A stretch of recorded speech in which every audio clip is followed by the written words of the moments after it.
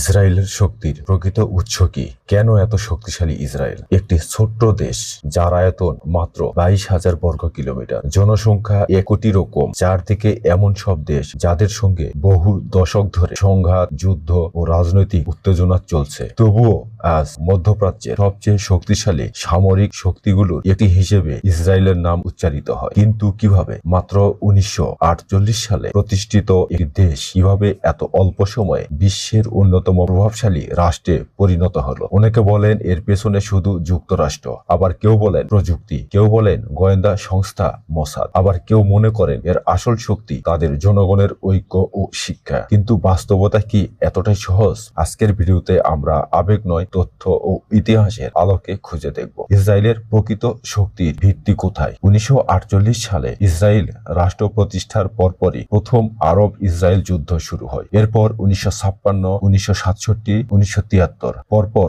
একাধিক যুদ্ধ দেশটির নিরাপত্তা নীতিকে গভীরভাবে প্রভাবিত করে। ইসরায়েলের নীতি নির্ধারকদের কাছে একটি ধারণা খুব দ্রুত স্পষ্ট হয়ে যায়, যদি আমরা সামরিক ও প্রযুক্তিগতভাবে এগিয়ে না থাকি তাহলে আমাদের টিকে থাকাই কঠিন হয়ে পড়বে। এই উপলব্ধি পরবর্তী কয়েক দশকে দেশটির নিরাপত্তা কৌশলের মূল ভিত্তি হয়ে ওঠে। বিশ্ব রাজনীতিতে ইসরায়েলের সবচেয়ে গুরুত্বপূর্ণ অংশীদার হল যুক্তরাষ্ট্র। দুই দেশের মধ্যে রয়েছে দীর্ঘদিনের প্রতিরক্ষা, গোয়েন্দা এবং প্রযুক্তিগত সহযোগিতা। যুক্তরাষ্ট্র বহু বছর ধরে ইসরায়েলকে সামরিক সহায়তা, উন্নত প্রতিরক্ষা প্রযুক্তি এবং যৌথ গবেষণায় সহযোগিতা দিয়ে আসছে। তবে একটি বিষয় পরিষ্কার করা জরুরি। অনেকেই মনে করেন ইসরায়েল শুধু যুক্তরাষ্ট্রের সাহায্যের কারণেই শক্তিশালী, কিন্তু বাস্তবতা কিছুটা ভিন্ন। যুক্তরাষ্ট্র গুরুত্বপূর্ণ সহযোগী হলেও সেই সহায়তাকে কার্যকর সামরিক সক্ষমতায় রূপ দেওয়ার জন্য ইসরায়েল নিজস্ব গবেষণা,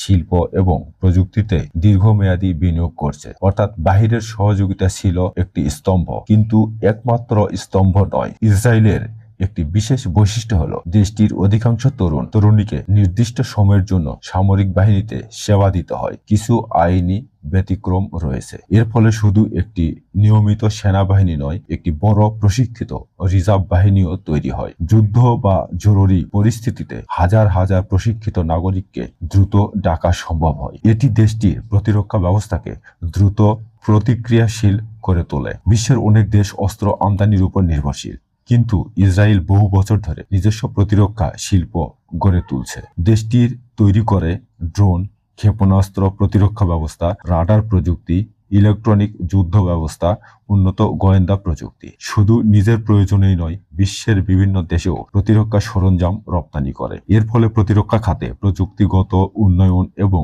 অর্থনৈতিক আয় দুই দিকেই লাভবান হয়। ইসরায়েল বহু বছর ধরে শিক্ষা, বিজ্ঞান এবং গবেষণাকে জাতীয় অগ্রাধিকার দিয়েছে। বিশ্বমানের বিশ্ববিদ্যালয়, গবেষণা প্রতিষ্ঠান এবং প্রযুক্তি কোম্পানিগুলো নতুন উদ্ভাবনে গুরুত্বপূর্ণ ভূমিকা রাখে। সামরিক প্রযুক্তির অনেক অগ্রগতি এসেছে বেসামরিক গবেষণা ও প্রযুক্তির খাতের সঙ্গে সহযোগিতার মাধ্যমে। ফলে প্রযুক্তি শুধু অর্থনীতিকে নয়, জাতীয় নিরাপত্তাকেও শক্তিশালী করেছে। ইসরায়েলের শক্তি কোনো একদিনে তৈরি হয়নি। এটি কয়েক দশকের পরিকল্পনা, গবেষণা, সামরিক প্রস্তুতি এবং আন্তর্জাতিক সহযোগিতার ফল। কিন্তু এখানেই শেষ নয়, কারণ ইসরায়েলের শক্তির আরো কিছু গুরুত্বপূর্ণ স্তম্ভ রয়েছে। মোসাদের গোয়েন্দা নেটওয়ার্ক, সাইবার প্রযুক্তি, বৈশ্বিক নেতৃত্ব, অর্থনৈতিক সক্ষমতা এবং মধ্যপ্রাচ্যের জটিল কূটনীতি। কিন্তু প্রশ্ন হলো, শুধু শক্তিশালী সেনাবাহিনী কি একটি দেশকে দীর্ঘ সময় ধরে প্রভাবশালী রাখতে পারে?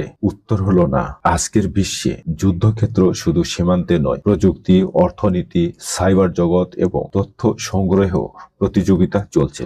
আর এখানেই ইসরায়েল বহু বছর ধরে উল্লেখযোগ্য সক্ষমতা গড়ে তুলেছে। কেন ইসরায়েলকে স্টার্ট আপ নেশন বলা হয়? বিশ্বে এমন খুব কম দেশ আছে যাদের অর্থনীতিতে প্রযুক্তি খাত এত বড় ভূমিকা রাখে। ইসরায়েলকে প্রায় স্টার্ট আপ নেশন বলা হয়, কারণ দেশটিতে জনসংখ্যার তুলনায় নতুন প্রযুক্তি ভিত্তিক প্রতিষ্ঠানের সংখ্যা অনেক বেশি। কৃত্রিম বুদ্ধিমত্তা, এআই, সাইবার নিরাপত্তা, চিকিৎসা প্রযুক্তি, কৃষি প্রযুক্তি, সেমিকন্ডাক্টর এবং সফটওয়্যার উন্নয়নে দেশটি আন্তর্জাতিকভাবে পরিচিত। বিশ্বের অনেক বড় প্রযুক্তি প্রতিষ্ঠান যেমন গুগল, মাইক্রোসফট, ইন্টেল, এনভিডিয়া এবং অ্যাপেল ইসরায়েলে গবেষণা ও উন্নয়ন R&D কেন্দ্র পরিচালনা করে। এর ফলে নতুন প্রযুক্তি শুধু বেসামরিক খাতেই নয়, নিরাপত্তা ও প্রতিরক্ষা ব্যবস্থাতেও দ্রুত প্রয়োগ করা সম্ভব হয়। ইসরায়েল বহু বছর ধরে গবেষণা ও উন্নয়নে জাতীয় আয়ের উল্লেখযোগ্য অংশ বিনিয়োগ করে আসছে। বিশ্ববিদ্যালয়, গবেষণা প্রতিষ্ঠান এবং বেসরকারি প্রযুক্তি কোম্পানির মধ্যে ঘনিষ্ঠ সহযোগিতা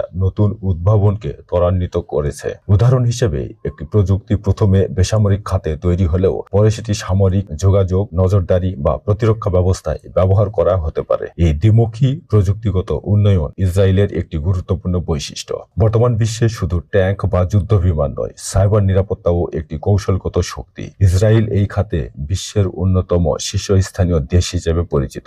সরকার, বিশ্ববিদ্যালয় এবং বেসরকারি প্রতিষ্ঠান একসঙ্গে কাজ করে সাইবার নিরাপত্তা প্রযুক্তি উন্নয়ন করে। এই খাত থেকে তৈরি হওয়া অনেক প্রযুক্তি পরে আন্তর্জাতিক বাজারেও রপ্তানি হয়। ইসরায়েলের গোয়েন্দা সক্ষমতার কথা বললে অধিকাংশ মানুষের মনেই প্রথমে আসে মোসাদের নাম। মোসাদ মূলত বিদেশে গোয়েন্দা তথ্য সংগ্রহ ও বিশেষ অভিযানের জন্য পরিচিত। তবে ইসরায়েলের নিরাপত্তা কাঠামোতে আরো গুরুত্বপূর্ণ সংস্থা রয়েছে। শিন বেত মূলত অভ্যন্তরীণ নিরাপত্তা ও সন্ত্রাস বিরোধী কার্যক্রমে কাজ করে। অন্যদিকে আমান হলো সামরিক গোয়েন্দা সংস্থা, যা সম্ভাব্য হুমকি, সামরিক তথ্য ও কৌশলগত বিশ্লেষণ নিয়ে কাজ করে। এই তিনটি সংস্থা ভিন্ন ভিন্ন দায়িত্ব পালন করলেও জাতীয় নিরাপত্তার ক্ষেত্রে পরস্পরের সঙ্গে সমন্বয় করে কাজ করে। গোয়েন্দা তথ্য কেন এত গুরুত্বপূর্ণ? অনেক সামরিক বিশ্লেষকের মতে, যুদ্ধ শুরু হওয়ার আগেই যদি প্রতিপক্ষের পরিকল্পনা, সক্ষমতা বা সম্ভাব্য পদক্ষেপ সম্পর্কে নির্ভরযোগ্য তথ্য পাওয়া যায়, তাহলে সিদ্ধান্ত নেওয়া সহজ হয়। তবে এটিও মনে রাখা জরুরি যে কোনো গোয়েন্দা সংস্থা সব সময় সফল হয় না। সাম্প্রতিক বছরগুলোতেও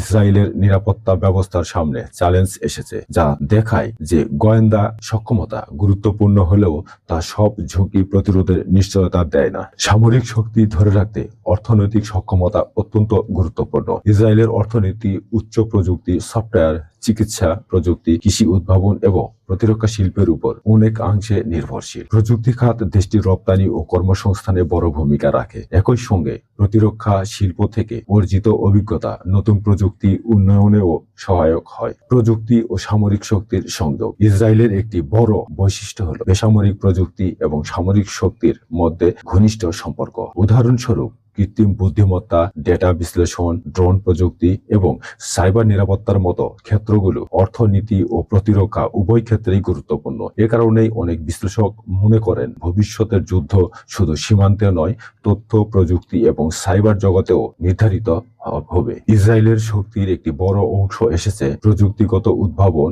গবেষণা ও উন্নয়ন, সাইবার নিরাপত্তা, গোয়েন্দা সক্ষমতা, উচ্চ প্রযুক্তি নির্ভর অর্থনীতি। তবে এখানেই শেষ নয়, কারণ কোন দেশের শক্তি শুধু সামরিক ও প্রযুক্তির উপর নির্ভর করে না। আন্তর্জাতিক কূটনীতি, আঞ্চলিক সম্পর্ক, অভ্যন্তরীণ রাজনীতি এবং বৈশ্বিক জনমত একটি দেশের অবস্থানকে গভীরভাবে প্রভাবিত করে। ইসরায়েলের কূটনৈতিক সম্পর্ক, মধ্যপ্রাচ্যের ভূ রাজনীতি, আন্তর্জাতিক সমর্থন ও সমালোচনা, অভ্যন্তরীণ চ্যালেঞ্জ এবং ভবিষ্যতে ইসরায়েলের সামনে কি ধরনের সুযোগ ও ঝুঁকি রয়েছে। ইসরায়েলের সামরিক সক্ষমতা, প্রযুক্তিগত অগ্রগতি, গোয়েন্দা শক্তি এবং অর্থনৈতিক ভীতি কিভাবে দেশটিকে একটি প্রভাবশালী রাষ্ট্রে পরিণত করেছে। কিন্তু একটি প্রশ্ন এখনো রয়ে গেছে, শুধু সামরিক শক্তি কি একটি দেশের দীর্ঘমেয়াদী নিরাপত্তা নিশ্চিত করতে পারে? ইতিহাস বলছে না, কারণ আজকের বিশ্বে যুদ্ধ শুধু অস্ত্র দিয়ে জেতা যায় না। কূটনীতি, অর্থনীতি, আন্তর্জাতিক সমর্থন এবং জনগণের আস্থাও সমান গুরুত্বপূর্ণ। আন্তর্জাতিক রাজনীতিতে ইসরায়েলের সবচেয়ে বড় কৌশলগুলোর একটি হলো তার কূটনৈতিক সম্পর্ক। দীর্ঘদিন ধরে যুক্তরাষ্ট্র ইসরায়েলের ঘনিষ্ঠ মিত্র। একই সঙ্গে ইউরোপের অনেক দেশের সঙ্গেও বিভিন্ন ক্ষেত্রে সহযোগিতা রয়েছে। সাম্প্রতিক বছরগুলোতে কয়েকটি আরব দেশের সঙ্গে সম্পর্ক স্বাভাবিক করার উদ্যোগ মধ্যপ্রাচ্যের কূটনৈতিক পরিবেশে নতুন মাত্রা যোগ করেছে। তবে একই সময়ে কিছু দেশের সঙ্গে উত্তেজনা ও মতপার্থক্যও বজায় রয়েছে। অর্থাৎ কূটনৈতিক অগ্রগতি যেমন রয়েছে, তেমনি চ্যালেঞ্জও রয়ে গেছে। ইসরায়েলকে ঘিরে আন্তর্জাতিক অঙ্গনে মতামত এরকম নয়। একদিকে অনেক দেশ ইসরায়েলের নিরাপত্তার অধিকারকে সমর্থন করে, অন্যদিকে গাজা ও পশ্চিম তীর সহ বিভিন্ন অঞ্চলে সামরিক অভিযান, মানবিক পরিস্থিতি এবং আন্তর্জাতিক মানবাধিকার আইন নিয়ে বিভিন্ন আন্তর্জাতিক সংস্থা, রাষ্ট্র এবং মানবাধিকার সংগঠন উদ্বেগ প্রকাশ করেছে। আন্তর্জাতিক আদালত, জাতিসংঘ এবং বিভিন্ন কূটনৈতিক ফোরামে এসব বিষয় নিয়ে নিয়মিত আলোচনা হয়। ফলে ইসরায়েলকে একদিকে নিরাপত্তা,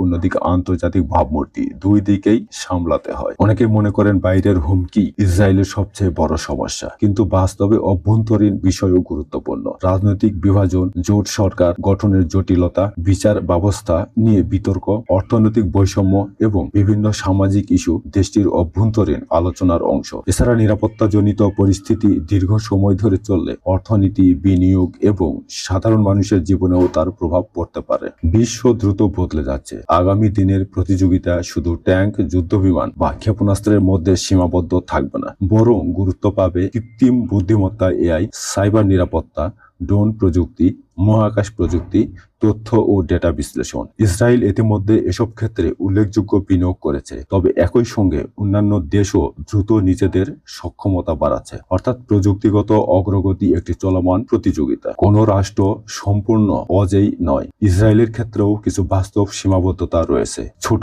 ভৌগোলিক আয়তন, সীমিত জনসংখ্যা, দীর্ঘমেয়াদী নিরাপত্তা ব্যয়, আঞ্চলিক উত্তেজনা, আন্তর্জাতিক রাজনৈতিক চাপ, এসব বিষয় ভবিষ্যতে দেশটির জন্য গুরুত্বপূর্ণ চ্যালেঞ্জ হয়ে থাকতে পারে। তাহলে ইসরায়েলের প্রকৃত শক্তির উৎস কি? ইসরায়েলের শক্তি কোনো একক কারণের ফল নয়, এটি কয়েকটি গুরুত্বপূর্ণ উপাদানের সমন্বয়। দীর্ঘমেয়াদী নিরাপত্তা পরিকল্পনা, প্রযুক্তি ও গবেষণায় বিনিয়োগ, শক্তিশালী প্রতিরক্ষা শিল্প, গোয়েন্দা সক্ষমতা, উচ্চ প্রযুক্তি নির্ভর অর্থনীতি, আন্তর্জাতিক কৌশলগত অংশীদারিত্ব, কার্যকর রাষ্ট্রীয় প্রতিষ্ঠান। একই সঙ্গে মনে রাখতে হবে, যে কোনো দেশের শক্তি সময়ের সঙ্গে পরিবর্তিত হতে পারে। অর্থনীতি, প্রযুক্তি, কূটনৈতিক, জনমত এবং আঞ্চলিক পরিস্থিতি সবই সেই শক্তিকে প্রভাবিত করে। ইসরায়েলকে বোঝার জন্য শুধু যুদ্ধ বা সামরিক শক্তি দেখলেই হবে না, তার প্রযুক্তি, অর্থনীতি, শিক্ষা, কূটনীতি এবং নিরাপত্তা নীতিকেও একসঙ্গে বিবেচনা করতে হবে। আর একই সঙ্গে এটিও মনে রাখতে হবে, মধ্যপ্রাচ্যের